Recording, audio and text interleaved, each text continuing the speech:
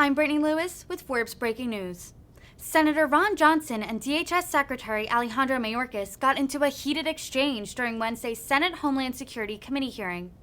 The Wisconsin Republican asked Mayorkas directly if he saw, quote, a problem on the southern border. The Republican also squarely blamed both Mayorkas and President Biden for the surge of migrants at the southern border. Immigration policy has been a hot-button issue as Title 42 is expected to be lifted this month.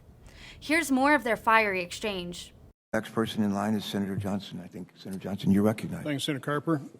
Mr. Secretary, I can't tell you how many times as chairman of this committee I talked about the problem-solving process. And the first step in that process is admitting you have a problem.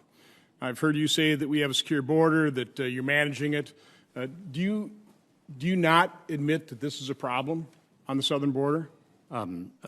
Senator Johnson, that is certainly a challenge. We recognize the challenge. I mean, can you say the word problem? It is precisely, Senator Johnson, it is precisely why in September of last year we intensified our I've got some questions I want to ask you. So, because you've also said that you inherited a broken system. I would contend you broke a system. I think it's time for a little history lesson here. This is a chart I developed as chairman showing the growth in unaccompanied children crossing our border illegally. You see, before DACA, it was somewhere between 2,000 and 4,000 a year. DACA in 2012 all of a sudden sprung to 10,000. In 2014, it went up to 51,000 unaccompanied children. And this is even President Obama called that a humanitarian crisis. Going to this chart, that humanitarian crisis peaked 1 month where apprehensions were slightly over 2,000 a month, 2,000 a month. You can see that President Obama then responded. He started detaining families. Then he had the Flores court decision reinterpreted.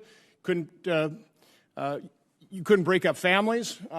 They wouldn't do that. I understand that. And it took a little while longer for people to recognize, even though when President Trump ran for office, illegal immigration declined pretty dramatically because people thought we were going to be, serious about securing our border. But once they found out that the laws hadn't changed, that we had, again, this very low standard of credible fear, not the asylum standard, but credible fear that all you had to do is come to this country and say, I'm afraid to go back, you can come in. And so we had the crisis that culminated in 2019 at a little bit more than 4,000 in 1 month. I think 4,600 a month.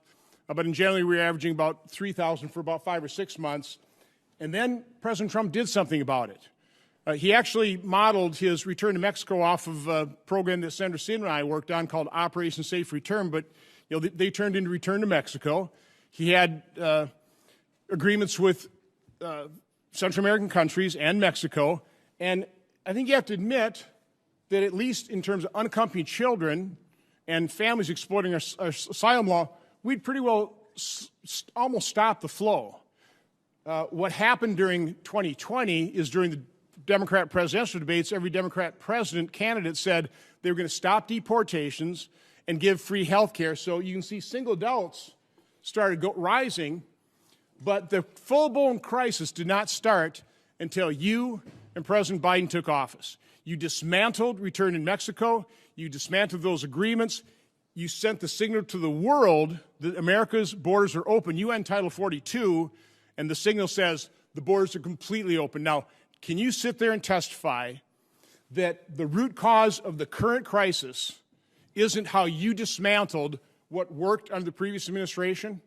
Yes, that is my position, Senator. You do not believe that your dismantling of those successful policies that obviously worked didn't cause this crisis? That you were brought into office with I understand the system can't handle 7,000 people a day, which is what, we've been averaging since your administration took office, about 6,000 a day.